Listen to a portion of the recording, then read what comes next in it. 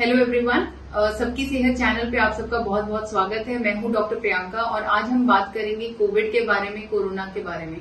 So is Covid back? The answer is yes. अब जो हमारे जनवरी में फ्लू के केसेस शुरू हुए थे, लोगों को बार बार जुकाम, खांसी, कफ हो रहा था, परसिस्टेंट कफ था, वो हमारा सीजनल इन्फ्लुएंजा H3N2 वायरस था। लेकिन मार्च में कोविड का एक न्यू वेरिएंट है जिसके की केसेस ऑन द राइज हैं। उस वेरिएंट का नाम है XBB.1.16 variant.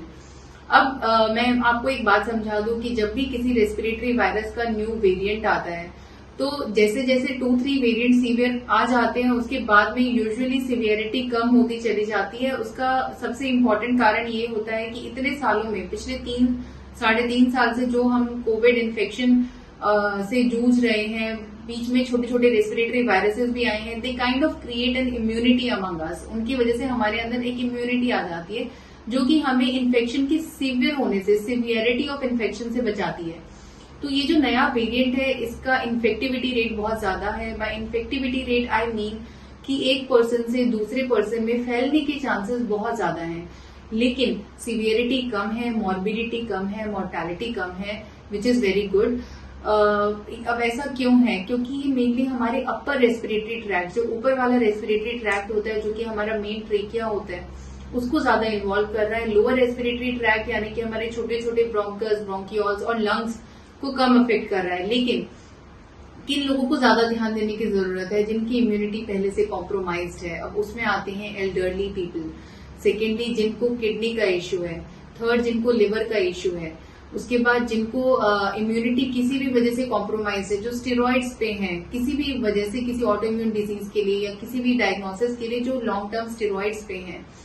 End of course जिन लोगों का इम्यूनिटी डाउन होता है, उसमें एल्डरली लोग तो आते ही हैं। Elderly people with age our immunity goes down. तो these are the people who need to be more cautious and everybody needs to be cautious. तो जो भी हम प्रिकॉशंस पहले यूज कर रहे थे कोविड के लिए 2020-2021 में, उनको दोबारा से अमल में लाने की बहुत ज्यादा जरूरत है। अब उन प्रिकॉशंस में आता है मास्क पहनना। तो N95 मास्क जरूर पहने। जब भी आप बाहर मार्केट में जा रहे हैं तो कोशिश करें कि आप मास्क लगाकर ही जाएं और सोशल डिस्टेंसिंग मेंटेन करें। 1 आर्म डिस्टेंस यानी कि 1 मीटर डिस्टेंस बहुत जरूरी है from getting in to prevent that infection from another patient, कि दूसरे पेशेंट से वो रेस्पिरेटरी ड्रॉपलेट्स आप तक ना पहुंचे। उसके लिए 1 आर्म डिस्टेंस या 1 मीटर डिस्टेंस बहुत जरूरी है।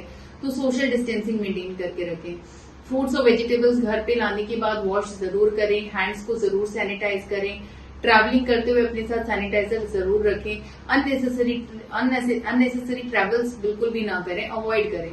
तो ये कुछ चीजें जिनको आपको करने की बहुत ज्यादा जरूरत है। एक बहुत इंपॉर्टेंट चीज है कि हमारी इम्यूनिटी को बिल्डअप करने में हमारी डाइट का बहुत बड़ा रोल होता है।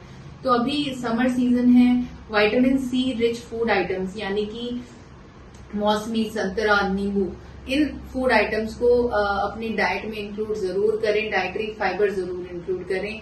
पानी अच्छे से पिए, कम से कम भी 2 से 3 लीटर पानी जरूर पिए। अगर किसी को भी इन्फेक्शन हो रहा है, फ्लू के सिम्टम्स आ रहे हैं, हाई ग्रेड फीवर है, परसिस्टेंट कफ है, लंबा कफ चल रहा है, नीजल कंजेशन है, हेडेक हो रहा है, तो वो मैं सजेस्ट करूंगी जनरल फिजिशियन से या फिर पल्मोनोलॉजिस्ट से जरूर मिलें। Meet your doctor, do not hesitate in meeting the doctor, because अभी न्यूमोनिया के चांसेस कम हो रहे हैं, लेकिन साइनोसाइटिस के केसेस ज्यादा बढ़ रहे हैं because of this ongoing viral illness. तो अपना ध्यान रखें, प्रिकॉशन जरूर लें। Take care and be safe.